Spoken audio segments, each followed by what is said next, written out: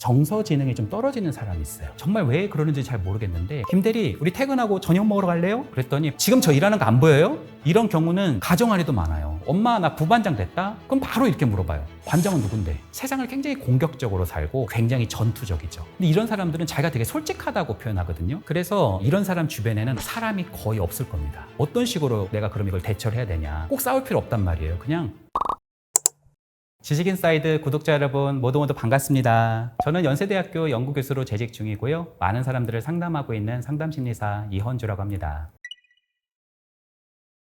과장님 그 파일 확인해 보셨어요? 라고 물어보는 거예요. 그랬더니 제가 그걸 봤으니 지금 다른 일을 하고 있는 거겠죠? 이렇게 표현을 하는 거예요. 왜 내가 약간 공격받는 것 같은 느낌을 받지? 이런 느낌을 받을 수 있죠. 이 대화 때문에 사람들이 굉장히 기쁠 수도 있지만 대화 때문에 또 말투 때문에 엄청난 싸움이 일어나는 경우들이 빈번하다고도 말씀드릴 수 있습니다. 사실 지능이 높아도요, 정서 지능이 좀 떨어지는 사람이 있어요. 그러니까 정서 지능이 뭐냐면 첫 번째는 나의 감정, 나의 욕구, 나의 생각을 충분히 내가 이해하고 인식할 수 있는 자기 이해가 높은 사람이에요. 두 번째는 타인의 감정이나 타인의 욕구를 내가 헤아릴 수 있는 사람이에요. 이걸 우리가 조망 수용 능력이라고도 생각해요. 이러한 세 가지가 다 없는 경우들도 있습니다. 그런 경우들은 굉장히 공부는 잘하고 완벽하고 일은 되게 잘하는데 사람하고 관계에 있어서는 문제가 있는 경우들이 있고요. 그래서 만약에 상대가 그렇다면 어떻게 좀 대처를 해볼지 보는 것도 매우 중요한 부분이 아닐까 생각합니다.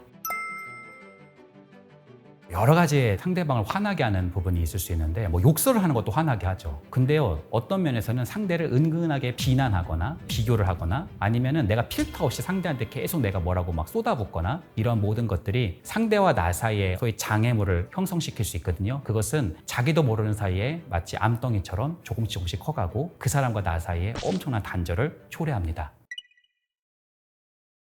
정말 왜 그러는지 잘 모르겠는데 기가 막히게 문제를 딱 찾는 사람이 있습니다. 그래서 첫 번째로 여러분에게 말씀드리고 싶은 건 항상 문제를 찾아내서 그것을 지적하는 사람이라고 말씀드리고 싶어요. 마치 원리를 찾아서처럼 기가 막히게 문제를 찾아요. 엄마 나 부반장 됐다? 그럼 바로 이렇게 물어봐요. 반장은 누군데? 이렇게 가시는 분이 있어요. 항상. 엄마 나 80점 맞았어. 이러면 몇 문제인데? 그럼 뭐가 틀렸는지로 이렇게 가시는 분이죠. 그러니까 항상 문제를 보는 사람은 내가 자꾸 지적을 당하고 계속 내가 문제투성이라는 것을 그 사람하고 있으면 발견되니까 관계를 하기가 되게 싫어지고 화가 날 수 있죠. 이런 부분이 하나의 유형이라고도 말씀드릴 수 있습니다. 두 번째 유형은 너무 직설적인 사람입니다. 이런 사람은 저는 이렇게 생각을 해요. 브레이크가 고장난 사람. 그러니까 엑셀만 밟는 거예요. 근데 이런 사람들은 자기가 되게 솔직하다고 표현하거든요. 근데 솔직을 넘어서서 너무 직설적인 사람이 있어요. 예를 들자면 네 패션은 좀 구려 이렇게 표현하는 거예요. 이렇게 항상 조금 뭔가 지적을 넘어서 너무 직설적으로 그 사람에게 탁탁 내가 말하고 싶은 거를 전혀 필터를 거치지 않고 그냥 막 직진해서 얘기하는 경우들이 있죠. 이거는 자기도 모르게 지금 칼을 휘둘러서 다른 사람의 마음에 굉장히 좀 상처를 낼 수 있는 그런 사람일 수 있다라고도 말씀드릴 수 있습니다. 심지어 어떤 부모님은요, 아이한테 이 주제 이렇게 표현하는 것을 그냥 습관적으로 표현하더라고요. 그래서 자기도 그런 줄 모르고 있다가 깜짝 놀라는 경우들이 있는데 그분이 굉장히 직설적으로 표현하는 경우였습니다. 그래서 여러분들이 이런 부분들을 한번 주변에서 살펴보는 거, 내가 왜 그 관계에서 이렇게 많이 화가 났는지를 좀 볼 수 있는 하나의 중요한 지표가 아닌가 저는 생각합니다. 그리고 세 번째 유형은요, 자꾸 명령하는 사람이에요. 어떻게 보면 오해를 많이 받게 하고요. 심지어 반항심을 많이 키우게 만들죠. 예를 들면 이런 겁니다. 김 대리님 30분 후에 연락하세요. 점. 문자를 보내도 항상 점으로 끝나요, 이분은. 그리고 또 뭐라고 하냐면 김 대리님 이거 룰이에요. 규칙을 좀 보고 오세요. 이렇게 표현하는 거예요. 너 뭐 해? 너 뭘 해야 돼? 막 이러면 우리가 뭐라고 하고 싶으냐면 싫어요. 이러고 싶어요. 그러니까 이게 왜 이분들이 이렇게 얘기하시냐면 수직적인 대화 방식이 되게 익숙한 사람들이에요. 이런 사람들은 마음이 나쁜 게 아니라면 수평적인 대화를 조금 배워볼 필요가 있습니다. 제가 이런 얘기를 하면 회사 임원분들이 이렇게 저한테 얘기하시더라고요. 아니 그럼 내가 명령을 해서 팀원들한테 그럼 내가 지시를 해야 되는데 그럼 뭐 어떻게 하라는 거냐 이렇게 말씀을 하시는 경우들이 있거든요. 근데 이거를요, 우리가 수직 수평을 너무 이분법적으로 보지 마시고 수평 요소를 좀 수직에 가져와도 되잖아요. 그러니까 명령이라고 말씀하지 마시고 오히려 제안이다 이렇게 보면 어떨까요? 아까 대화를 한번 돌아가 볼게요. 김 대리님 30분에 연락하세요. 점. 이렇게 하기보다는 김 대리님 제가 지금 회의 중인데 혹시 30분 후에 연락 주시겠어요? 라고 표현하면 어때요? 훨씬 낫죠. 그러니까 지금 비난받는다고 느껴지지 않을 수 있고 이 사람이 뭔가를 알려주려고 하는 거구나 하는 따스한 마음을 많이 갖게 할 수 있죠. 그래서 명령이 아니라 조금 더 제안으로 이야기를 해볼 수 있는 그런 말솜씨를 우리가 같이 갖는 것도 매우 중요할 수 있겠다라고 말씀드릴 수 있습니다. 네 번째 유형은 자꾸 반격하는 유형이 있어요. 예를 들어서 김 대리 우리 퇴근하고 저녁 먹으러 갈래요? 이렇게 물어보는 거예요. 근데 나는 뭔가 쌓인 게 많아요 지금. 그러니까 나는 지금 할 게 많은데 왜 나한테 저녁 먹으러 가져오는 거지? 내가 지금 저녁을 먹으면 와서 또 야근하라는 건가? 막 이런 생각을 해요. 그분의 호의를 잘 모르는 거예요. 그래서 지금 저 일하는 거 안 보여요? 이렇게 말하는 거예요. 이게 직장 안에서만 그런 게 아니라 가정 안에도 많아요. 예를 들어서 여보 우리 가가지고 맛있는 것 좀 먹으러 갈까? 당신 나 지금 일하는 거 안 보여? 이렇게 말하는 거예요. 이게 어떻게 보면 나는 일을 많이 하니까 그런 부분을 어필하려고 얘기했을 수 있겠도, 이거는 맥락상 거기 가서 밥 먹으면서 그 얘기를 하는 게 좀 나을 수도 있잖아요. 그렇죠? 혹은 그런 민감한 얘기는 좀 요 스텝이 지나고 나서 얘기할 수 있잖아요. 그래서 이런 경우는 세상을 굉장히 적의적으로 생각하는 경우예요. 그래서 세상을 굉장히 공격적으로 살고 어떤 면에서 여유가 별로 없고 굉장히 전투적이죠. 근데 여러분들, 파충류와 포유류의 차이가 뭔지 아세요? 뱀은 도망가거나 물거나 뭐 그런 투가 많죠, 그렇죠? 근데 포유류들은 굉장히 애정과 사랑이 많죠. 그러니까 우리 인간관계의 본질은 너무 싸우거나 막 도망가거나 그런 패턴으로 가기보다는 조금 더 인간관계를 유연하고 둥글둥글하게 맺는 것도 저는 굉장히 중요한 부분 중에 하나가 아닌가 그렇게 생각을 합니다. 그래서 이런 사람 주변에는 아마 사람이 거의 없을 겁니다. 아마 내 속 깊은 얘기를 하려고 보면은 한 명도 없는 경우도 되게 많아요.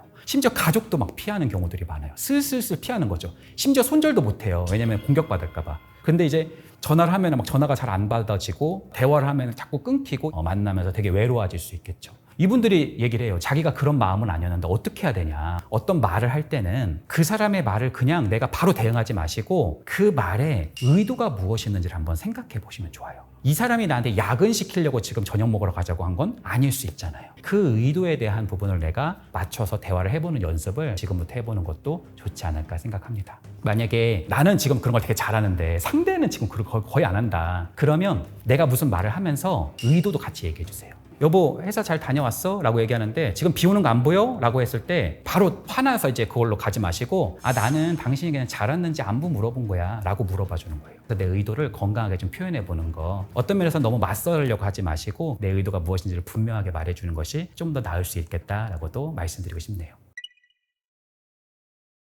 사실 많은 경우에 대화라고 하는 것을 뭐 완벽하게 외워가지고 내가 이 말이 나오면 저 말이 나오고 막 이렇게 하는 경우들이 있는데 사실 별로 그거 건강하지 않다고 저는 생각하고요. 오히려 관계는 유연하게 맺는 겁니다. 그러니까 인간관계라는 본질은요, 옳고 그름이 아닙니다. 내가 옳고 당신은 틀렸다는 순간 상대도 내가 옳고 당신은 틀렸어 이렇게 가면서 굉장히 싸우게 되고 이게 누가 틀린 건지는 증명하기가 되게 어려울 수 있단 말이에요. 만약에 우리가 토론을 한번 보세요. 이쪽 사람이 이쪽 사람 완전 박살을 냈어요. 그럼 이 사람이 집에 가면서 이분이 논리적이네, 내가 생각을 바꿔야겠다 이렇게 생각할까요? 아니에요.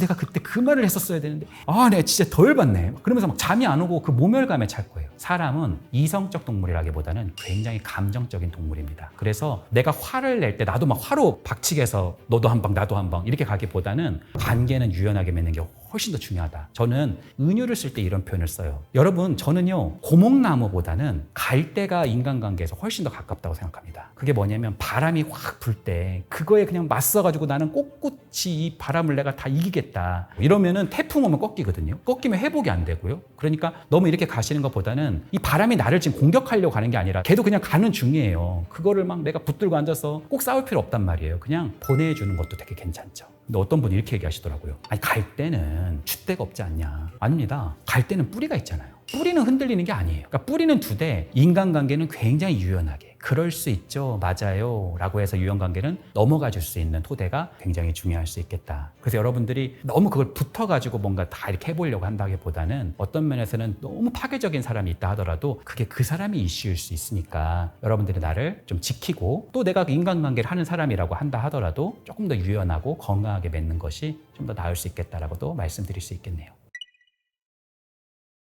사실 우리가 내 생각을 막 필터 없이 다른 사람에게 막 공격적으로 얘기하고 사람에게 굉장히 화를 내고 이러는 경우도 인간관계 안에서 문제가 많을 수 있는데, 근데요, 내 할 말을 못하고 너무 내가 가식적이고 내가 항상 다른 사람에게 어떻게 신세치지 않겠다고 하는 그런 패턴은 나 스스로에게 있어서 더 건강하지 못할 수 있습니다. 왜냐하면 불편해도 계속 참잖아요. 그러면 그건 대가를 치르게 돼요. 오히려 굉장히 신체적으로 문제가 일어날 수 있고요. 여러분 풍선을 한번 계속 분다고 생각해 보세요. 그러면 이거는 지금 나는 계속 부는데 풍선이라고 하는 것은 한계가 있잖아요. 그렇죠? 팽창되다가 나중에 빵 터지는 경우들이 있죠. 그래서 사실은 내가 무작정 참게 되면 나중에 더 크게 터지는 경우들이 더 많이 있고요. 또 내가 이렇게 참고 있잖아요. 그러면은 그것을 인정해주고 그 사람이 참고 있고 우리를 배려하고 있구나라고 하는 것을 내가 잘 인식해서 이 사람 오히려 배려해 줄 수 있는 사람이 있는 반면에 그냥 가만히 있으니까 그냥 가만히로 알고 굉장히 막대하는 사람이 있어요. 그래서 어떤 형태가 됐든지 간에 여러분들이 그건 아니라고 했잖아요. 제가요. 왜 본인 얘기만 하세요? 막 이렇게 표현하기보다는 저도 이런 부분에 대해서는 이렇게 생각을 합니다. 저로 이렇게 하고 얘기하고 싶었어요. 저도 이런 부분은 이런 생각입니다. 이렇게 여러분들이 가지고 있는 작은 의견이라든지 욕구를 말해보는 연습을 대인관계 장안에서 자꾸 표현해보는 연습을 여러분이 해보시는 게 되게 중요할 수 있어요. 사실 우리가 수능까지는요, 성실성이 되게 중요한 것 같아요. 내가 얼만큼 성실하게 해서 좋은 대학을 가고 얼만큼 좋은 점수를 받고 이런 게 성실성에 굉장히 많은 기반을 두잖아요. 근데 지금은 더 그것이 커지고 있는데 성실성보다요, 인간관계가 훨씬 중요하다고 하는 정말 많은 연구들이 있습니다. 만약에 회사를 가도요, 처음에 과장까지 갈 때는 굉장히 성실성이 좀 중요할 수 있겠죠. 거기까지는 또. 근데 과장을 넘어서 내가 차장, 부장, 전무, 상무, 이사 이렇게 올라가잖아요. 그러면 사람이 몇 명 안 남아요. 이럴 때 내가 자꾸 적을 만들거나 아니면 사람하고 내가 자꾸 싸우거나 불편하게 하거나 내가 인복이 되게 없거나 인덕이 별로 없으면 내가 아무리 성실해도 마지막에서 이렇게 미끄러지는 경우들이 되게 많습니다. 그래서 사람의 삶은 굉장히 복잡하잖아요. 근데 그것이 성실성으로만 다 에워쌀 수가 없는 거예요. 지능으로만 다 에워쌀 수 없는 거예요. 왜요? 우리의 삶은 삶을 살아보면 살아갈수록 인간관계의 장이다. 인간관계에 우리는 다 그물 안에 있거든요. 그래서 내 주위에 있는 사람과 좀 더 유연하면서도 건강한 관계를 맺는 것은 매우 중요한 삶에서 굉장히 중요한 자원이다라고도 말씀드릴 수 있겠네요.